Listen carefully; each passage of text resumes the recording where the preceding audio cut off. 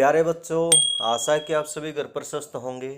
आज हम करने वाले हैं चैप्टर 5 का सेकंड पार्ट क्लास 8 और इसमें हम स्टडी करेंगे पेट्रोलियम के बारे में, क्योंकि पिछले पार्ट में हमने स्टडी किया था कोयले के बारे में और अब हम स्टडी करने वाले हैं पेट्रोलियम के बारे में।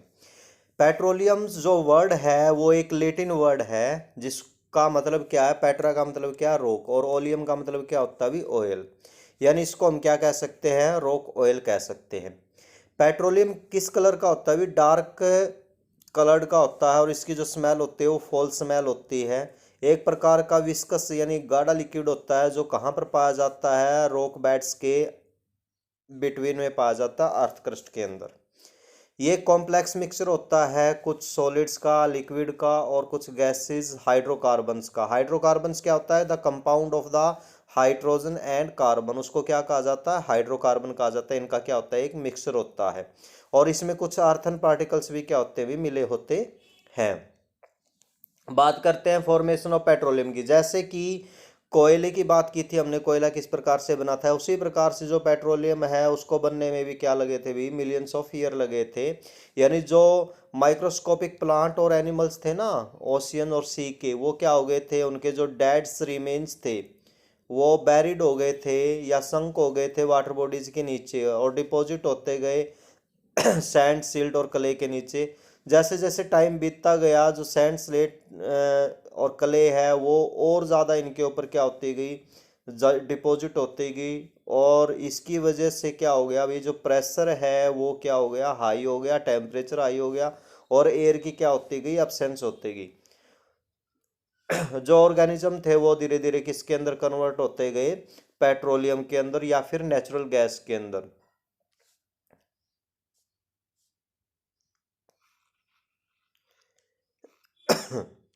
जो पेट्रोलियम और नेचुरल गैस है वो डिपॉजिट होती गई, यानी लाखों सालों के बाद जब हमने देखा कि जो पेट्रोलियम या जो गैस है वो क्या है, नेचुरल गैस है, वो प्रिपेयर्ड हो गई थी।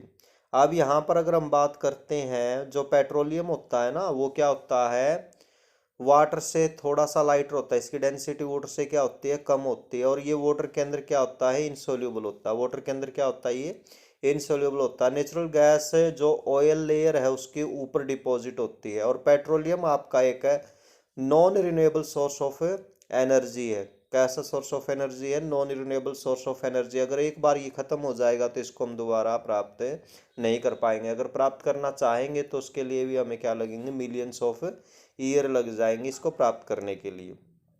अब बात करते हैं extractions of petroleum. Extractions petroleum से जो पेट्रोल वगैरह या फिर दूसरे जो यूजफुल कंपोनेंट है उनको किस प्रकार से निकालते हैं या इसको कैसे निकाला जाता है उसके बारे में बात करते हैं। एक्सट्रैक्शंस ऑफ पेट्रोलियम, जो ऑयल रिजर्वायर होते हैं वो फाउंड यानी पाए जाते हैं वेरियस प्लेसेस के अंदर वर्ल्ड के अंदर। जैसे मिडल ईस्ट के अंदर भी है, नॉर्थ सी या फिर साउथ अमेरिका, अलास्का, और इंडिया के अंदर भी जैसे कि असम है, बॉम्बे आई और गुजरात और गोदावरी और केनरा रिवर के बेस के पास इसके पेट्रोलियम को एक्सट्रैक्ट किया जाता है। जो कर्ड ऑयल होता है यानी जो कच्चा पेट्रोल होता है, कर्ड ऑयल, उसको क्या किया जाता है अभी, कर्ड ऑयल को पंप किया जाता है ड्रिलिंग के द्वारा, यानी पाइप के द्वारा। रॉक के अंदर हम क्या करेंगे, ड्रिलिंग करेंगे और उसके द्वारा इसको निकाला जाता है। सबसे पहले क्या निकलती है, वहाँ से नेचुरल गैस निकलती है, क्योंकि जो नेचुरल गैस होती है वो पेट्रोलियम के ऊपर डिपॉजिट होती है। तो सबसे पहले क्या निकलेगी, वहाँ से नेचुरल गैस निकलेगी, क्योंकि हाई प्रेशर के साथ वो क्या होगी, बाहर निकलेगी।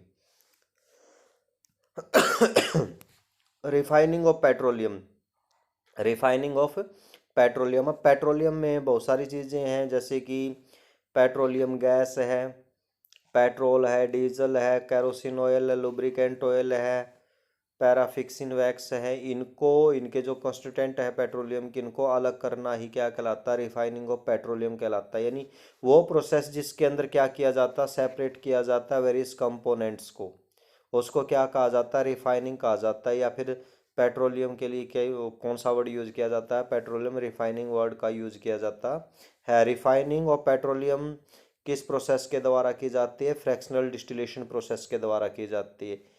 ठीक है, एक डिस्टिलेशन टावर होता है और कर्ड ऑयल को क्या किया जाता है? हीट किया जाता है लार्ज डिस्टिलेशन टावर के अंदर। और डिफरेंट जो कंपोनेंट होते हैं ऑयल बेड्स के अंदर, उनका वेपराइजिंग पॉइंट क्या होता है? डिफरेंट होता है। यानी उनका जो इवेपोरेशन पॉइंट होता है ना, वो क्या होता है? डिफरेंट होता है। बॉइलिंग पॉइंट सबका क्या होगा? ये डिफरेंट होगा। तो वो उसी के अकॉर्डिंग डिफरेंट टेम्परेचर के अकॉर्डिंग डिफरेंट टाइम पर क्या होंगे? इवेपोरेट होंगे, और उनको डिफरेंट टाइम पर क्या कर लिया जाएगा? कलेक्ट कर लिया जाएगा, और उनको कंडेंस करके सेपरेट कर लिया जाता है। पेट्रोलियम को क्या कहा जाता है? ये ब्लैक गोल्ड भी कहा जाता है, क्योंकि कॉमर्शियल इसकी बहुत ज़्यादा वैल्यू होती है, इस वजह से इसको ब्लैक गोल्ड कहा जाता है। इसको ऑब्टेन किया जाता है भाई जो कंपाउंड ऑब्टेन किए जाते हैं ना, पेट्रोलियम और नेचुरल गैस, तो इन दोनों से जो कंपाउंड बनाए जाते हैं उनको क्या कहा जाता है? पेट्रोकेमिकल्स कहा जाता है। अब ये देखिए भाई, थोड़ा सा फ्रैक्शनल डिस्टिलेशंस की बात कर लेते हैं हम। इसके अंदर दिखाया होगा आपको, जैसे हम क्या करते हैं, यहाँ पर जो कर्ड ऑयल है उसको क्या करते हैं? हीट करते हैं। कर्ड ऑयल को क्या करेंगे? हीट करेंगे। अब कुछ गैस है जिनका जो टेम्परेचर है वो क्या है? टेम्परेचर की अगर हम बात करते हैं 40 डिग्री सेल्सियस नीचे है, वो गैस जैसे हम हीट करेंगे तो वो गैस सबसे पहले कोलेक्ट हो जाएगी, फिर गैलोसिन, फिर लाइट डिस्टिलेशंस होगा इस टेम्परेचर के ऊपर। इस प्रकार से हम क्या कर सकते हैं? Gas, oil, petrochemical, diesel, lubricant, wax और इन सब को क्या कर सकते हैं? भी सेपरेट कर सकते हैं। अब जो कॉन्स्टिट्यूएंट है इसके वो कौन कौन से और उनका यूज क्या क्या है? देखिए, सबसे पहले बात करते हैं पेट्रोलियम गैस। इसको लिक्विड फॉर्म में यूज किया जाता है तो लिक्विड पेट्रोलियम गैस बोला जाता है। जो घरों में सिलेंडर आते हैं ना, वो एलपीजी गैस के होते हैं, यानी उनको क्या कहा जाता है? लिक्विड पेट्रोलियम गैस कहा जाता है। यानी डोमेस्टिक और इंडस्ट्रियल्स दोनों टाइप के इसके यूज होते हैं। पेट्रोलियम की बात करते हैं तो जो लाइट व्हीकल होते हैं ना उनके अंदर इसका यूज किया जाता है, और ड्राई क्लिंजिंग सॉल्वेंट बनाने के लिए भी इसका यूज किया जाता है। डीजल की बात करते हैं, हैवी मोटर व्हीकल्स के अंदर इनका यूज किया जाता है, या इलेक्ट्रिक जनरेटर के अंदर इनका यूज किया जाता है।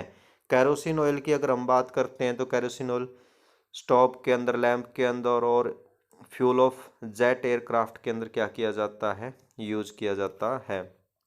लुब्रिकेंट की अगर हम बात करते हैं तो लुब्रिकेंट को एज ए लुब्रिकेशंस के लिए, मशीनरी के अंदर लुब्रिकेशन के लिए यूज किया जाता है। पैराफिक्शन वैक्स की बात करते हैं तो इससे कैंडल, वैसलीन, ग्रीस, पॉलिश आदि बनाने के लिए इसका यूज किया जाता है। ब्यूटेमिन्स का यूज किया जाता है पेंट और रोड सफरिंग के लिए। इसके बाद बात करते हैं नेचुरल गैस। नेचुरल गैस भी एक ऐसा फॉसिल फ्यूल है जो डिकम्पोजिशन ऑफ वेजिटेबल मैटर के द्वारा बनता है। ये भी अर्थ क्रस्ट के अंदर ही बनता है और अबव द पेट्रोलियम में ये पाया जाता है। इसमें सबसे ज़्यादा जो क्वांटिटी होती है वो कौन सी गैस की होती है? मीथेन गैस की सबसे ज़्यादा क्वांटिटी होती है। बाकी इसमें इथेन, प्रोपेन और ब्यूटेन भी प्रेजेंट होते हैं, लेकिन मीथेन गैस की क्वांटिटी क्या होती है? ज़्यादा होती है। अगर हम बात करते हैं इंडिया की, तो इंडिया के अंदर जो नेचुरल गैस है वो त्रिपुरा, राजस्थान, महाराष्ट्र और कृष्णा गोदावरी के जो डेल्टाज हैं वहाँ पर पाई जाती है। यूज क्या है नेचुरल गैस की? नेचुरल गैस क्या है? एक क्लीनर फ्यूल होता है और इसकी हाई क्लोरोफिक वैल्यू होती है। हाई क्लोरोफिक वैल्यू के कारण ये है ज़्यादा क्या कर देता, हाई इन्फ्लेमेबल गैस होती है और ये प्रोड्यूस नहीं करती किसी प्रकार का स्मोक या रैस। ठीक है, जब इसको बर्न किया जाता सफिशिएंट ऑक्सीजन में, यानी जो इसमें मीथेन होती है वो ऑक्सीजन के साथ रिएक्ट करके कार्बन डाइऑक्साइड वाटर बनाएगी और हीट एनर्जी को क्या कर देगी? रिलीज कर देगी। यानी इस पर में किसी प्रकार का कोई रेजिड्यूज या कोई अवशेष इसमें नहीं बचेगा। अब नेचुरल गैस है वो कंप्रेस्ड की जाती है हाई प्रेशर के द्वारा, तो उसको क्या कहा जाता है? कंप्रेस्ड नेचुरल गैस कहा जाता है, यानी सीएनजी शॉर्ट फॉर्म में बोल देते हैं। ठीक है, इसका यूज़ किया जाता है पावर स्टेशंस के अंदर इलेक्ट्रिसिटी को जनरेट करने के लिए, और आज के दिन हैवी जो व्हीकल होते हैं उनके अंदर भी इसका यूज़ किया जाता है, क्योंकि ये एक पोल्यूशन फ्री गैस होती है। इसके बाद बात करते हैं ब्यूटेन की। जो ब्यूटेन इसके अंदर मौजूद होता है वो इसका नेचुरल गैस का कंटेंट होता है, इसको लिक्विफाइड पेट्रोलियम गैस भी कहा जाता है। ठीक है, इसको इजीली हम क्या कर लेते हैं, कंप्रेस करते हैं लिक्विड के अंदर और स्टोर कर लेते हैं सिलेंडर के अंदर। जो एलपीजी है वो एक पॉपुलर गैस होती है कुकिंग के लिए, यानी डोमेस्टिक वैल्यूज़ के लिए सबसे ज़्यादा पॉपुलर गैस है आज के टाइम पर। और इसको क्लीन फ्यूल भी माना जाता है, क्योंकि बर्निंग के बाद किसी प्रकार का ये स्मोक या फिर किसी प्रकार की ऐश को रिलीज़ नहीं करती। इसके अंदर भी क्या होता है, जब ये रिएक्ट करती है तो कार्बन डाइऑक्साइड, वाटर और हीट एनर्जी ही क्या होती है, रिलीज होती है, और इसके कारण किसी प्रकार का कोई पोल्यूशन से नहीं होता। ठीक है, ये सीएनजी गैस गाड़ियों के अंदर यूज करते हैं, ये एलपीजी के लिए सिलेंडर जो घर के अंदर आते हैं उनका यूज किया जाता है। अगला क्या है इसका यूज, जो नेचुरल गैस इसको ट्रांसपोर्ट किया जाता है अभी पाइपलाइन के द्वारा डायरेक्ट होम के अंदर या फैक्ट्रीज के अंदर। पाइपलाइन का जो नेटवर्क है वो इंडिया के अंदर कहाँ पर, अभी बड़ौदा के अंदर, गुजरात के अंदर है, और कुछ पार्ट्स के अंदर दिल्ली के अंदर भी है। जो पॉलिटिन सिटी होती है ना, वहाँ पर इसका ज़्यादा यूज किया जाता है। डायरेक्ट घरों में क्या की जाती है, गैस पाइपलाइन के द्वारा इसकी सप्लाई की जाती है। नेचुरल गैस को साथ के साथ यूज किया जाता है एक स्टार्टिंग मटेरियल के रूप में मैन्युफैक्चर करने के लिए कुछ केमिकल और कुछ फर्टिलाइज़र। केमिकल या फर्टिलाइज़र बनाने के लिए इसका क्या किया जाता है, यूज किया जाता है। नेचुरल गैस का यूज किया जाता है अभी डिटर्जेंट, सिंथेटिक फाइबर और प्लास्टिक बनाने के लिए भी इसका यूज किया जाता है। इसके बाद हम बात करते हैं फॉसिल फ्यूल्स और इन्वायरमेंट भी, इनका इफेक्ट क्या पड़ता है। देखिए, पहली बात तो जो दोनों सोर्सेज हैं वो क्या है, पेट्रोलियम की बात करें या कोयल की बात करें, इनके जो प्रोडक्ट्स वगैरह होते हैं वो क्या होते हैं, चीप होते हैं सोर्स। ठीक है, और they can affect our environment. अगर इनका यूज क्या किया जाता है, एक्सेसिव मात्रा में किया जाता है तो हमारे इन्वायरमेंट के ऊपर इफेक्ट डालते ही डालते हैं। और किस प्रकार का इफेक्ट डालते हैं, देखिए हार्मफुल इफेक्ट क्या क्या है इसके। जो मोटर व्हीकल्स और पावर स्टेशन में जब हम क्या करते हैं, गैसोलीन को यानी डीजल को या पेट्रोलियम्स को क्या करते हैं, बर्न करते हैं, तो वहाँ पर क्या होता है, भी कोयल रिलीज कर देता है स्मोक, और कंटेन करता है ये हार्मफुल गैसेज को, जैसे कि carbon dioxide, carbon monoxide, sulphur dioxide, oxide of nitrogen. ठीक है, और कुछ अनबर्न पार्टिकल्स को क्या कर देता है, रिलीज कर देता है, जो इन्वायरमेंट के लिए ठीक नहीं है। ड्रिलिंग जब हम करते हैं पेट्रोलियम की तो उससे हमारा इकोसिस्टम भी क्या होता है, अभी अफेक्टेड होता है। लीकेज अगर हो जाती है अंडरग्राउंड स्टोरेज टैंक के अंदर, पाइपलाइन के अंदर, तो इससे क्या होगा कि जो अंडरग्राउंड वाटर है वो क्या हो जाएगा, पोल्यूटेड हो जाएगा।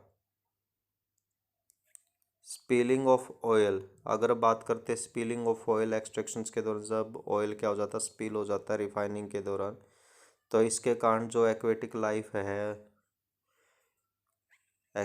लाइफ है वो डिस्टर्ब हो जाएगी, आना कि जो एक्वेटिक एनिमल्स हैं वो क्या हो सकते हैं, भी उनकी डेथ भी हो सकती है, वो मर भी सकते हैं। Disposal of oil wastage lead the air and water pollution. Disposal जो वेस्टेज होते हैं लैड इनके एयर के अंदर या फिर वो वाटर पोल्यूशंस के अंदर, उसके कारण वाटर क्या हो जाता है, पोल्यूटेड हो जाता है, और एयर भी क्या हो जाती है, पोल्यूटेड हो जाती है। Justice use of the fossil fuel, भाई जो फ्यूजियल फ्यूल है उसका उचित प्रयोग कैसे किया जा सकता है। देखिए, फ्यूजियल फ्यूल क्या एक नेचुरल रिसोर्सेज है और काफ़ी साल लगे हैं इसको बनने के लिए। अगर हम बात करते हैं इनके सोर्सेज की, तो ये इनके सोर्सेज क्या होते हैं, लिमिटेड हो जाते हैं, और ये जल्द ही क्या हो सकते हैं, समाप्त हो सकते हैं। ठीक है, therefore it is necessary to fossil fuel should be used only the almost requirement। जितनी रिक्वायरमेंट होती है उतना ही इसका ये यूज़ करना चाहिए।